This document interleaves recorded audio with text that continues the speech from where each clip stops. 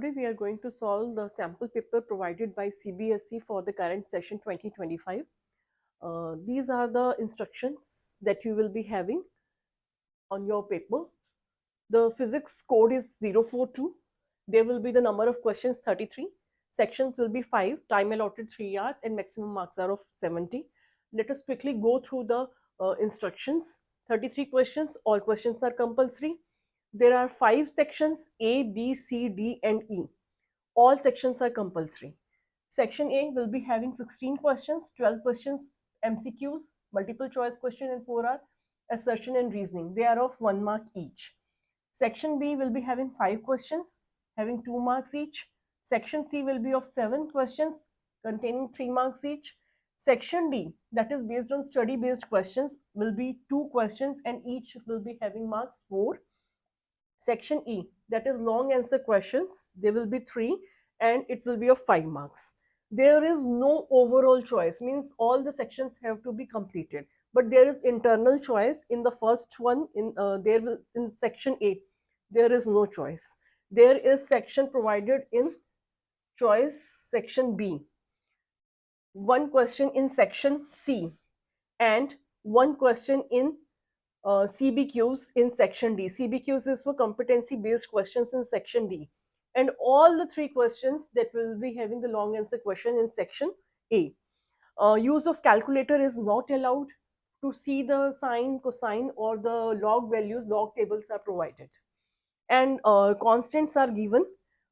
C, velocity of light, me, mass of electron, mp, mass of proton, E, charge on electron, mu naught, permeability, H, Planck's constant, epsilon naught, permittivity and Avogadro's number. So these things are given to you. There is a tip when you are attempting the paper. Always go for the questions in which you are very confident. Attempt them first to save your time. The questions that require bit thinking can be taken at the later stage. While doing it, always mark the question number for which you are giving the answer. So keep 2 things in mind for attempting the question very successfully. Now let us start the paper. The first question of the sample paper is of section A. It is a multiple choice type questions. A uniform electric field pointing in positive x direction exists in a region. The key point is to read out the statement very carefully. Each word in the statement is having a meaning and give a clue to the answer. So a uniform electric field, it has been mentioned. It means there will be the parallel lines of forces denoting the electric field. Pointing in positive x direction, it means we have to take the quadrants also. So we are having this as the positive x, this is the minus x, this one is minus y, and above we are having the plus y. Let A be the origin. Now this is the origin, and at this point the point is A as according to the statement. B is the point on the x-axis at x equal to plus 1 centimeter. So from here we have taken this as 1 centimeter plus, and here we are having a B point. It is lying on the x-axis. And C is the point on the y-axis at y equal to plus 1. So on y-axis we have to take plus 1. Let this point be the plus 1 centimeter. Here the point C is lying. Then the potential at points A, B and C will be following which of the relation. Now there is a concept that in the direction in which the electric field is pointing, the potential decreases. The electric potential decreases in the direction of electric field.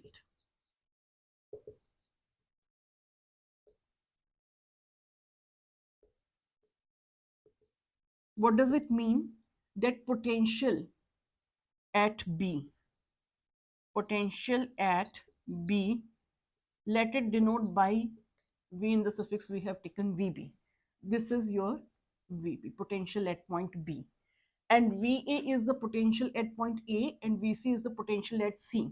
So according to this concept, VB is less than VA or VA is greater than VB because electric field is pointing in positive X direction and electric potential according to the concept decreases in the direction of electric field. It means VB is less than VA. And another thing, VC and VA, they will be having the same potential. VA will be equal to VC. Now this is the thing that we have got from the statement. Now look at the options. VA is less than VB? No. We have found out VA is greater than VB. So according to our concept, VA is coming out greater than VB. Is VA less than VC? No, because they are having the same potential. VA greater than VC, again, this is not possible because they are at the same potential. So we have checked out all the four options, and from our also we are getting potential at A is greater than potential at B. Always keep in mind that the sample paper that is provided by CBSE is maybe the question may be different in the exam, but the idea or the concept application, that is going to be remain the same, and that skill you have to develop in yourself, how to answer the questions. So whenever question is given to you, you know all the physics, all the concepts, but how to apply will be, you will be getting it from the reading out the statement very carefully. Now let us proceed to the question number 2 of the section A. Now the second question of section A, a conducting wire connects two charged conducting spheres such that they attain equilibrium with respect to each other. Now in this first statement, it have been mentioned that there are the two spheres. They have been connected through a connecting wire. This is say connecting wire that is connecting these two charged spheres with respect to each other. The distance of spheres is very large compared to either of their radii. So let the distance connecting them is L, and R1 and R2 be the radius. So this L is quite large in comparison of their radii. So two of these statements are being given, and the question is asked the ratio of the magnitudes of electric field at the surface of two spheres is, and that ratio is in terms of their radius. So according to the first statement, whenever the two charged spheres they are made in contact with each other, there is a transfer of potential till both of them attain the same potential, on they are lying on the equal potential. So first statement mentions this thing. Second, the distance of spheres is very large compared to either of their radii, means that the distance is so much that that is not going to interfere with the electric field of the two spheres. It means this thing. So there is no question of overlapping here.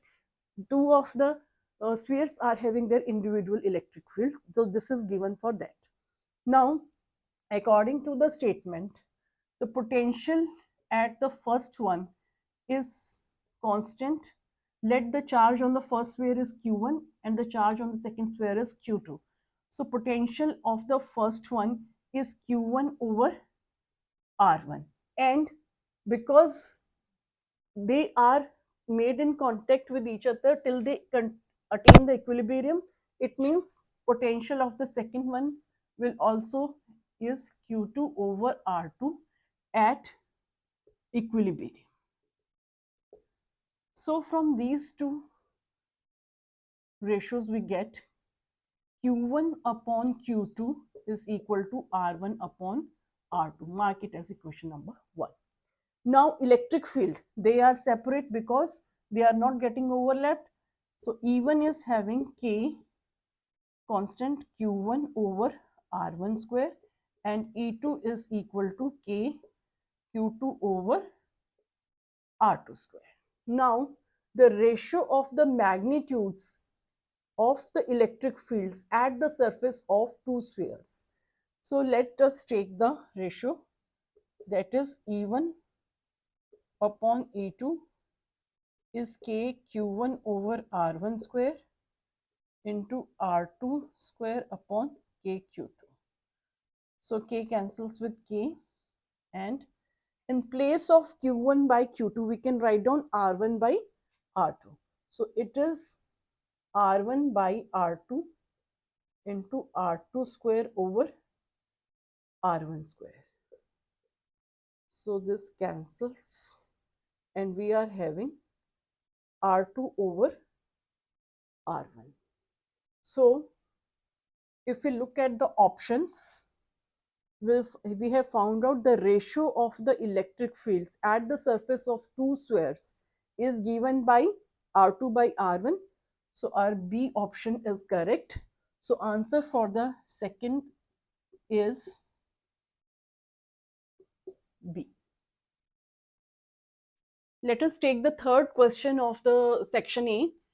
A long straight wire of cross section of radius A that is carrying a steady current I. The current is uniformly distributed across its cross section. So we'll go according to the statement of the question. Here we are having a wire and the radius of the wire is A. It is carrying a current I. Now, the ratio of the magnitudes of the magnetic field at a point A by 2 above the surface of wire. So, A by 2 above the surface of wire to that of a point A by 2 below its surface, and we have to take A by 2 below the surface. Now, this is the condition of magnetic field outside the wire and magnetic field inside the wire. When R is A plus A by 2, the magnetic field is outside the wire. You can look at the diagram. This distance is A, radius of the wire, and A by 2 above it we have taken. And A by 2 above the wire means the magnetic field will be lying outside the wire at a distance A plus A by 2. And for A by 2 below the surface of wire means lying inside. So be inside at a distance R, that will be equal to A by 2. Now, magnetic field outside the wire and magnetic field inside the wire. We have found out the direct result from the Ampere's circuital law. In Ampere's circuital law, you have proved these results. We are using the direct relation. According to Ampere's circuital law, B outside is equal to mu naught I upon 2 pi r, where I is the current and r is the distance at which we are going to find out the magnetic field outside. So it is mu naught I 2 pi. Here the distance r will be equal to a plus a by 2, that is 3a by 2. So we are having 3a by 2 is the distance at which we are finding out the magnetic field outside the wire. And magnetic field inside the wire is given by the relation mu naught I r upon 2 pi a square, where a is the radius of the wire and r is the distance at which we are finding out the magnetic field inside the surface. Now, putting the value mu naught I, the distance for the magnetic field inside according to the statement is a by 2. So, r will be replaced by a by 2 here. upon 2 pi a square. Mark it as equation number 2. Now, the ratio of magnetic field at a point a by 2 above the surface means B outside to that of the B inside. This is the ratio we want to find out. So, B outside by B inside is, dividing equation number 1 by 2, we have 2 pi 3 a by 2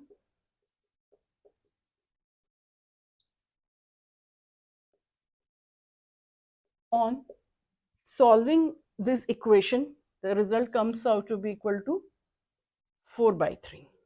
So our option C is correct, and the answer for this is B.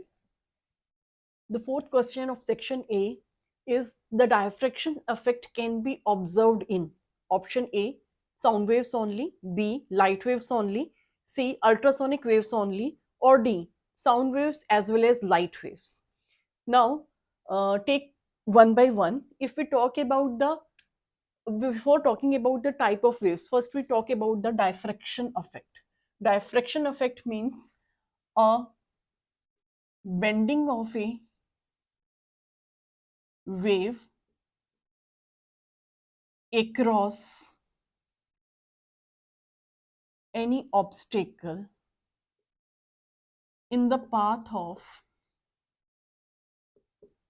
waves. And what is the condition? If the size of obstacle is of the order of wavelength of the wave. This is what diffraction is. Here the bending of the waves takes place around the obstacles, and the condition is the size of the obstacle that is in the path, it should be of the order of the wavelength of the wave. So this diffraction effect, we have seen it is possible in sound waves. In your +1 you have studied that diffraction too. Light waves, in the optics, diffraction of light waves we have learned. So this option, it is possible in sound waves only, is not correct. It is possible only in light waves. That is, again, it is incorrect, because in light as well as in sound it is possible. Ultrasonic waves only. Ultrasonic are the sound waves itself. There is a range that is audible. Below it and above it lies the infrasonic and ultrasonic. So these are also the sound waves. Diffraction happens within them also. So it is ultrasonic waves only. This is not there because it is happening in light waves also. So sound waves as well as light waves. So this is the correct option because it is happening in both of them. So for question number 4, the answer for the fourth is the D part, sound waves as well as the light waves. Now, the fifth question of the multiple choice type question is, a capacitor consists of two parallel plates with area of cross section 0.001 meter square separated by a distance of 0.0001 meter. If the voltage across it varies at a rate of 10 power 8 volt per second, then the value of displacement current through the capacitor is. So this is a numerical, and the displacement current formula we have to apply. We know displacement current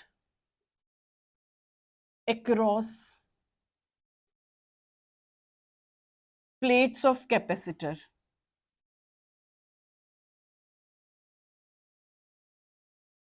for connected with time varying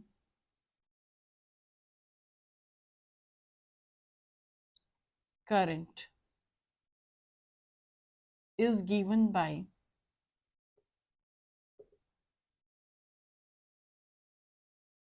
ID is a displacement current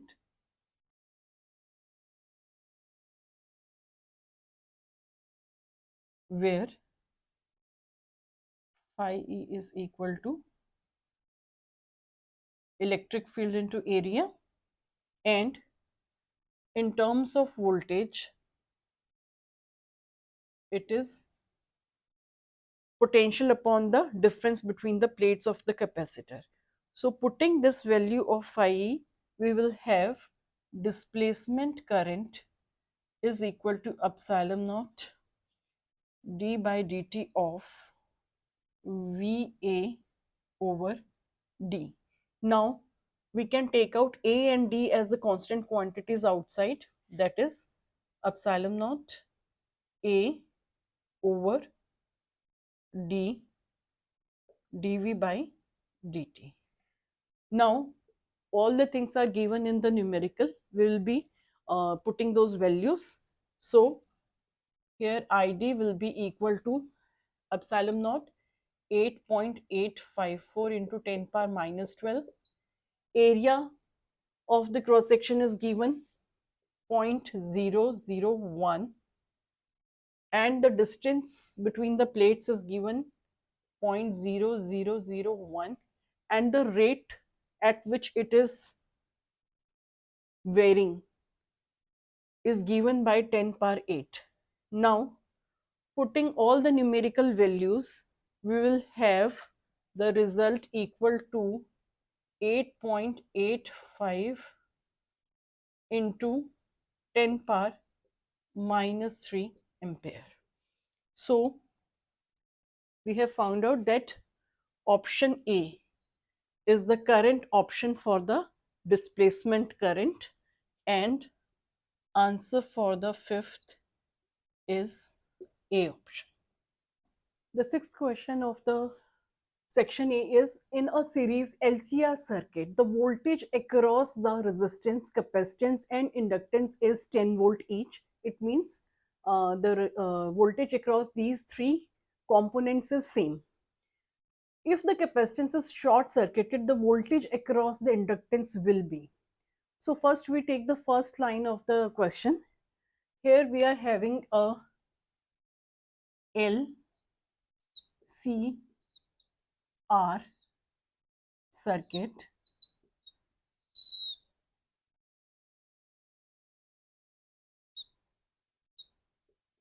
across which the voltage is same. Since they are in series, the current flowing through them will also be the same. Now the reactance of this inductance is, say, XL, and the reactance of the capacitance is denoted by XC, and this resistor is having the resistance R. Then voltage across this LCR circuit will be total voltage and is given by the product of the current and the total resistance across it.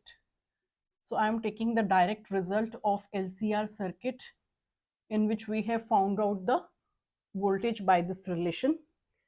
Since voltage across them is same and the same current is flowing, therefore XL is equal to XC is equal to R. So this is the first condition. On putting XL equal to XC, this component will become 0 and V will become equal to I into R. Now they have asked the capacitance is short circuited. If capacitance is short circuited,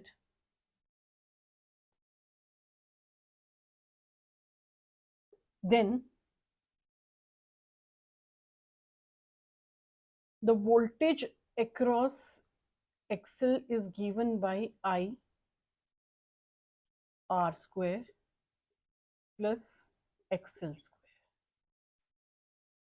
So this will be the voltage across the inductance. Now I is equal to V R square plus XL square. Also this R and XL, they are same, therefore we have I is equal to V under root 2R, or the voltage is given to us 10, so that is why it is 10 root 2R. So we have found the value of current. Now the voltage across the inductance.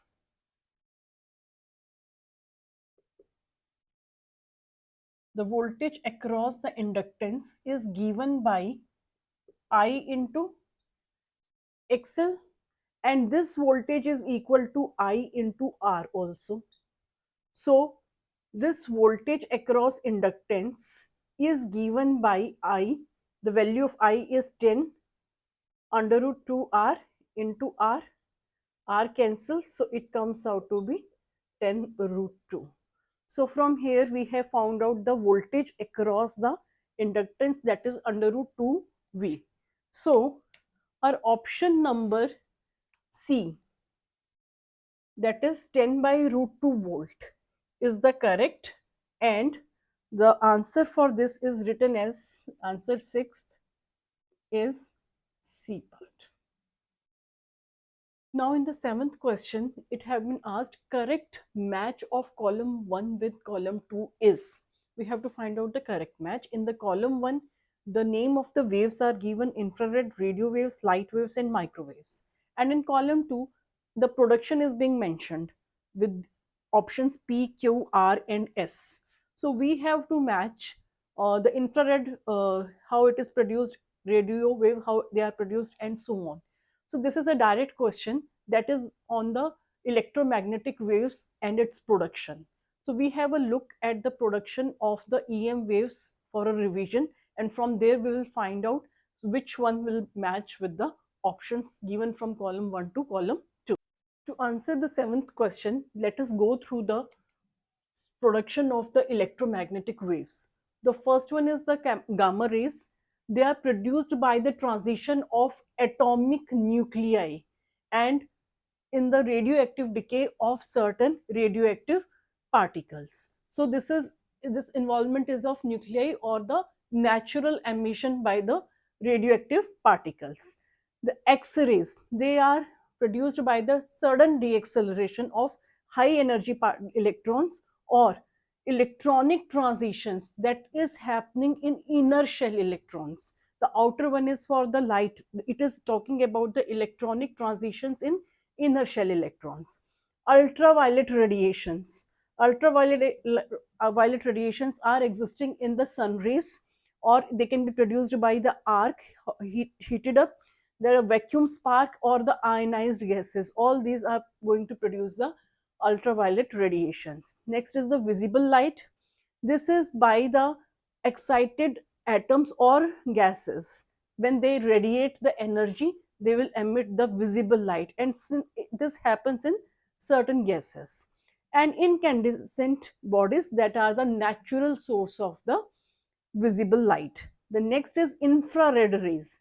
Infrared rays, they are coming from the hot bodies, from the sun. The sunlight is consisting of infrared rays, and the vibration and rotational transition in the molecules. So that is the source of the infrared rays. Microwaves. Microwaves are produced by oscillating the current, and this oscillation is quite high, and it is being carried out in the tube named as klystron tube.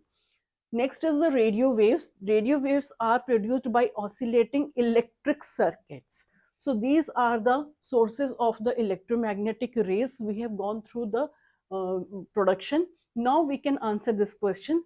We are talking about the infrared rays. Just look at the infrared rays. They are produced from the hot bodies and vibrational and rotational transition in molecules. So vibration of atoms and molecules. So this option is for S. So first option, infrared, is for the S. This is the matching. The next is the radio waves. The radio waves, they are produced by oscillating the electric circuits. So rapid vibration of electrons in aerials is the answer for this radio wave production. The next is the light waves. Light waves is produced by the, this is the visible light that is produced by the excited atoms radiation or incandescent bodies. So we will have The answer for this is when the electrons in atoms emit light when they move from higher to lower energy level. So this is what how the light is being produced. The next is microwave. Microwave I have already mentioned by oscillating the current in a special tube like klystron, and this is for the R. So for one is S, then two is P, and three is Q, and the fourth one is the R. So our option S, P, Q, and R are for B. So the answer for the question number 7 is B part. Now, in the eighth question of the section A, it have been asked the distance of the closest approach of an alpha particle is given by small d when it moves with a speed of v towards the nucleus. Another alpha particle is projected with higher energy such that the new distance of closest approach is d by 2. So what is the speed of the projection of alpha particle in this case? This is what we have to find out. This question is from the alpha particle scattering experiment. In that we have done the closest distance of approach in which alpha particle move towards the nucleus. For that, the expression for the same is R naught. R naught is the distance of closest approach. It is given by 1 by 4 pi epsilon naught 2 Z E square upon kinetic energy. Here, this distance of closest approach is given by d, and the value of the speed is given as v. So d is 1 by 4 pi epsilon naught 2 Z E square divided by the kinetic energy. So if you look at this expression, 1 by 4 pi epsilon naught, these are constants. Z is the atomic number of gold atom in the case of alpha particle scattering by Rutherford. So all these things are constant. The only thing is the on the d, that is the, or r naught, that is the distance of closest approach depending upon the initial kinetic energy of the alpha particles. So we from this we have d is proportional to kinetic energy, and kinetic energy is equal to half mv square. Since mass and 2 are the constant quantities, so kinetic energy is depending on the square of velocity. So we have got, by taking this equation number 1 and 2, this is sign of proportionality. So considering equation 1 and 2, we have distance of closest approach is inversely proportional to the square of the velocity with which it is approaching. Now this is d is inversely proportional to v square. This is for the first statement that have been given to us. Now in the second statement it have been mentioned the distance of the closest approach has become d by 2, and we have to find out the speed for the same. So we can mention it, let it be v dash. So we have got two equations, equation number 3 and 4. Now dividing these two equations, that is d by 2 is v dash square by v square, and taking square root both sides, we have v dash is equal to under root 2 of the initial velocity. So the new velocity with which this energy, higher energy particle is being projected when the closest approach is d by 2 was v dash, and it comes out to be root 2 times the velocity with which it is approaching when the distance of closest approach is d. So the answer for this is B part, and answer for 8th is B option. In the ninth question, a point object is placed at the center of a glass sphere. The radius is given as 6 centimeter and the refractive index is 1.5. We have to find out the distance of virtual image from surface of sphere. Let this is the sphere. At the center O, the object is placed and the radius is given to us is 6 centimeter. This is a glass sphere and the refractive index of this, let it be mu1, is given to us 1.5. Now outside this is the air, and from the surface we have to find out the distance of the virtual image.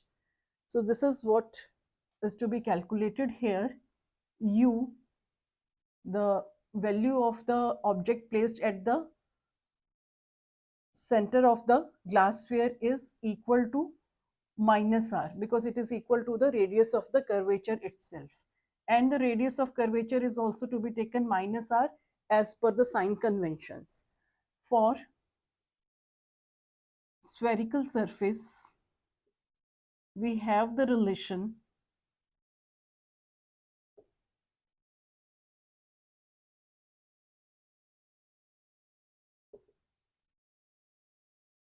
mu2 by v minus mu1 by u is equal to mu2 minus mu1 over r.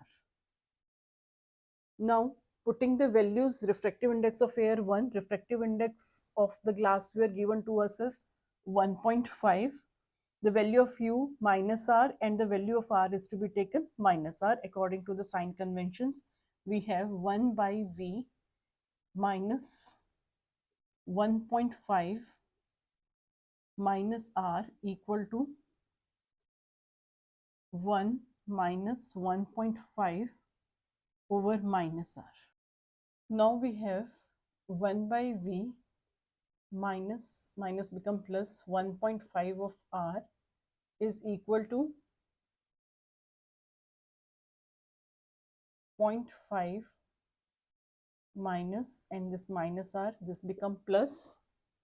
So 1 by v is equal to 0.5 by r minus 1.5 of r. So this value comes out to be equal to minus 1 by r. So from here we get v is equal to minus r. Since r, the radius of curvature, is given to us 6 centimeter, so v comes out to be minus 6 centimeter. So the option for the question number 9 is C, and the answer for 9th is the C part. The question number 10th is, colors observed on a CD compact disc is due to reflection, diffraction, dispersion, or absorption. Whenever this sort of question is there, go through the phenomena. What are the requirements? And accordingly you can answer. In the case of reflection, the pattern is observed when the medium is reflected back in the same.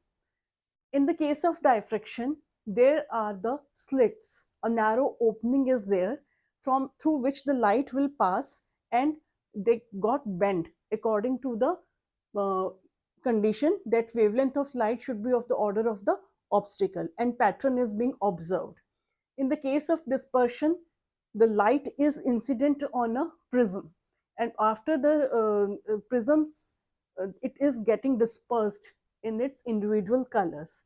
Absorption. Absorption is if some material is being placed and it absorbs some of the light and a part get reflected to the eye. This is the phenomena. Now, if we look at the nature of CD, the compact disc, it is having the number of grooves on it. If you closely look at it, it is having the number of grooves on it, and in between these grooves, there is a series of pits. On CD, there are, these grooves are concentric. There are concentric grooves, and A series of pits are there. So this condition is apt for the diffraction pattern. It is having the number of slits. The grooves is the rough part, and in between the pits are there. So when the light is going through the narrow opening and a number of slits are being provided, the pattern observed is of diffraction.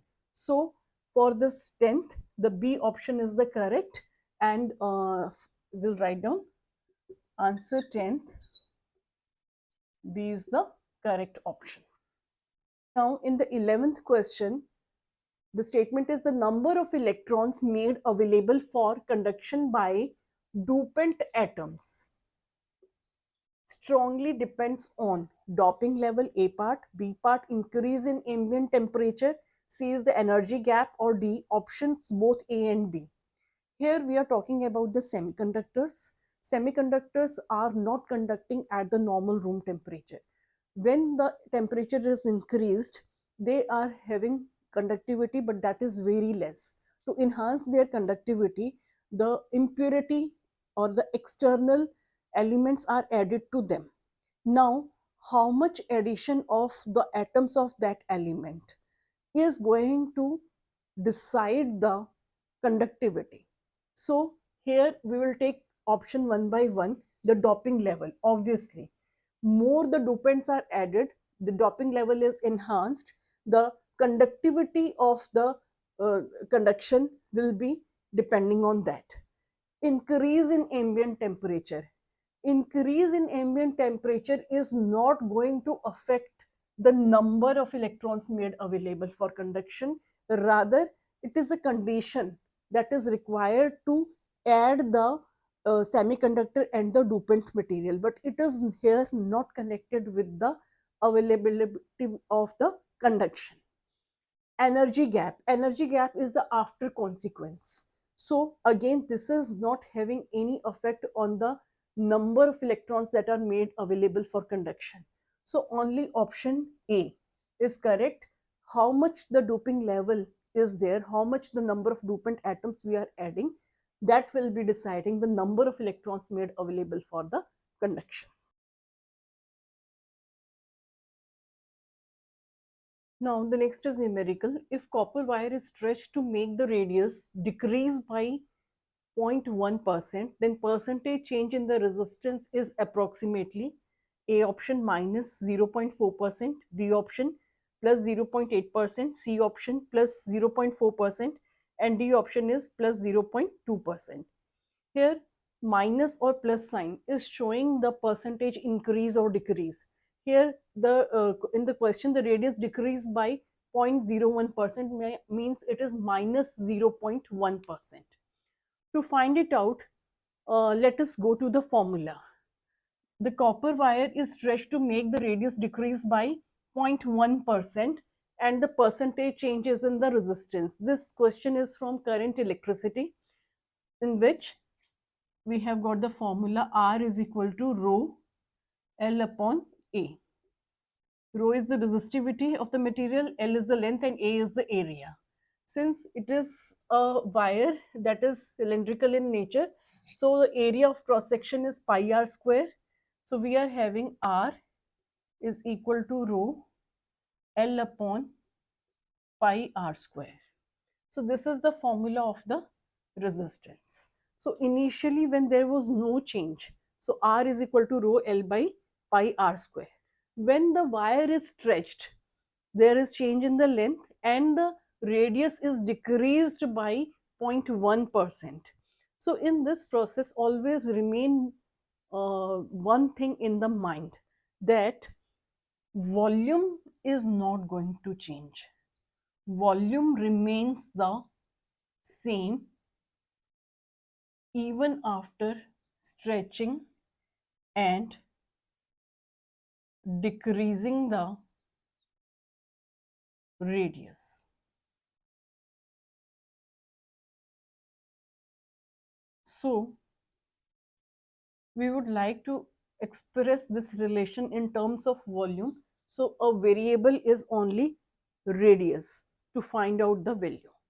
So R, that is rho L by A, you can multiply and divide by area.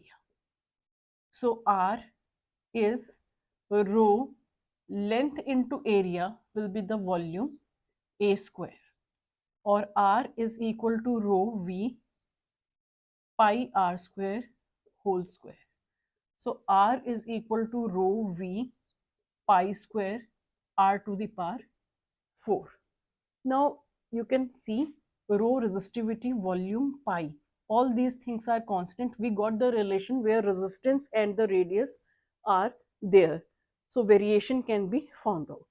Now differentiating both sides with respect to small r, because change is there in r. So we have mark it as equation number 1. So first order derivative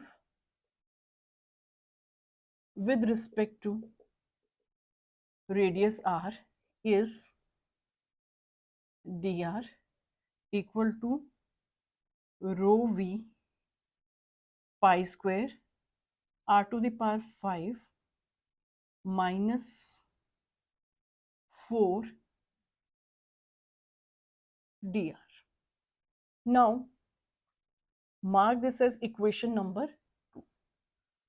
Second equation divided by first gives dr by r is equal to minus 4 rho v pi square r to the power 5 dr divided by rho v pi square r to the power 4. Now solving this, we have dr by r is equal to minus 4 dr by r. Now taking percentage both sides, means multiplying by 100 on the both sides, we have dr by r percent is equal to minus 4 dr r percent.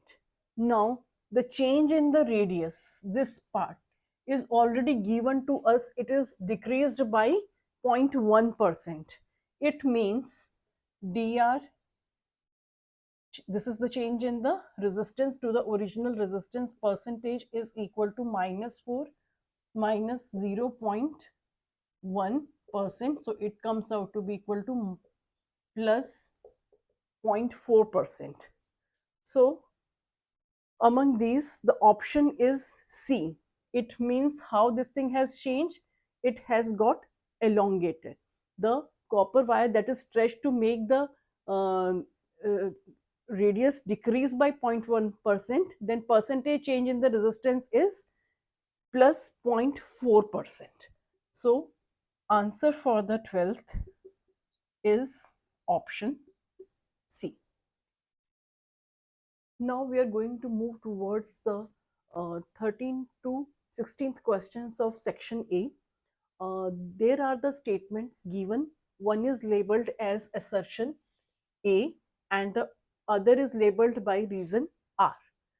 We have to select the correct option out of A, B, C and D, where A is when both assertion and reason, they are true. And one more thing is there, that this reason should be the correct explanation of assertion itself. Second one is if both assertion and reason are true, both of them are correct, but this reason is not the correct explanation of the assertion that is being given. So that will be the option B. C, if assertion is true but reason is false. And D, if both are incorrect, assertion as well as the reason are incorrect. Question number 13 of section A, assertion is being given on increasing the current sensitivity of galvanometer by increasing the number of turns may not necessarily increase its voltage sensitivity. And the reason, the resistance of coil of the galvanometer increases on increasing the number of turns. To understand this, let us take the relation for the galvanometer. It is given by the current across the galvanometer, current across the galvanometer by the resistance. Now, if the number of turns are increased, the value of Ig is increased on increasing the number of turns.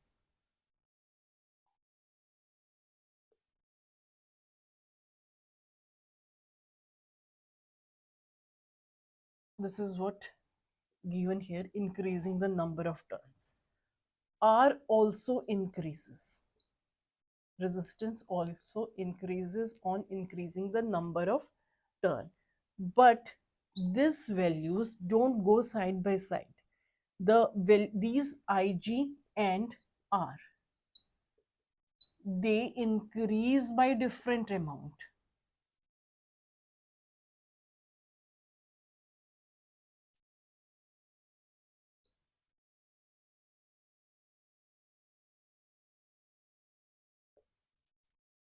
It is not so as the amount of Ig is increased, similar increase in the resistance value. They are increasing by different amount. So this ratio may increase or may not. So this is the reason the voltage sensitivity necessarily, it is not that it will increase. So here assertion as well as the reason both are correct. So for question number 13, the answer of 13th is A part, according to which assertion and reasons both are correct. In the 14th question, the assertion is given in a hydrogen atom there is only one electron, but its emission spectrum shows many lines. So this assertion is correct. In hydrogen atom, though it is having a single electron, but transitions are in different energy levels. Since transitions are happening in different energy levels, so there will be the number of lines because of which the emission spectrum shows many lines. So this assertion is correct. Now let us see the reason. In a given sample of hydrogen, there are many atoms, each containing one electron. Hence, many electrons in different atoms may be in different orbits. So, many transitions from higher to lower orbits are possible. So, the reason here that is also correct, since there is the hydrogen atom, it is containing many atoms. Though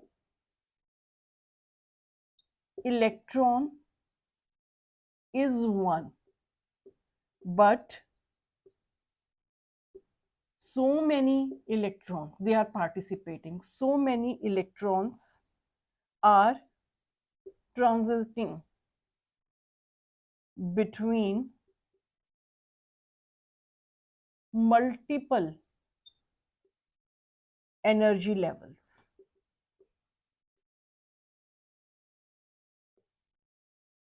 So multiple electrons, they are transiting between the multiple energy levels, and because of this, this is correct, many electrons in different atoms and different orbits. So transition from higher to lower orbits are possible. So reason is also correct. So for question number 14, the answer is A, that is both assertion as well as the reason both are correct. Now in the question number 15th, the assertion is given nuclei having mass number about 60 are least stable. Now to understand this, we can go to the binding energy curve. From there we will see that this nuclei having the mass number about 60 are the most stable one. Now this is the binding energy curve.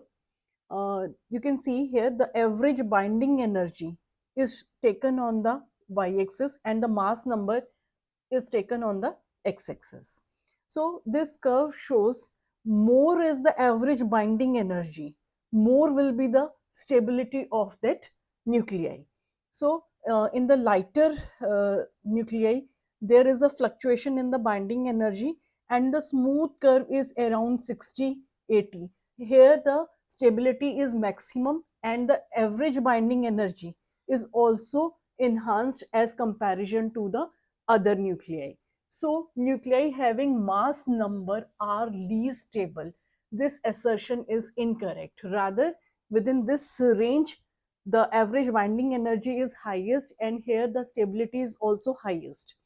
Then next is the reason: when two or more light nuclei are combined into a heavier nucleus, then the binding energy per nucleon will decrease. This is also incorrect. Rather, when two or more light nuclei are combined into a heavier nucleus, then the binding energy per nucleon will increase, not decrease. So this is the reason this is also incorrect. So for answer 15th, D option is correct, where assertion is also incorrect and the reason is also not correct. So D is the option chosen for answer 15.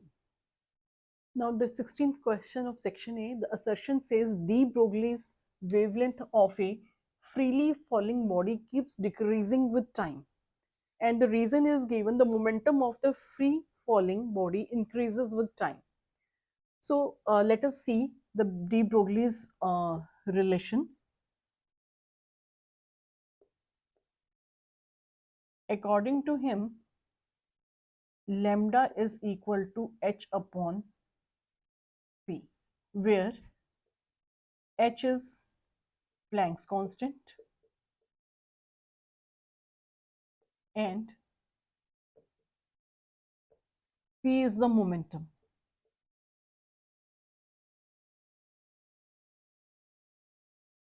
So it is clear, as the wavelength of the body keeps on decreasing with the time. And second thing, there the relation lambda is inversely proportional to the momentum. So as the momentum is increasing with time, the wavelength will decreasing with the time. So both the reason as well as the assertion, both are correct, and that is why the answer for 16th is A.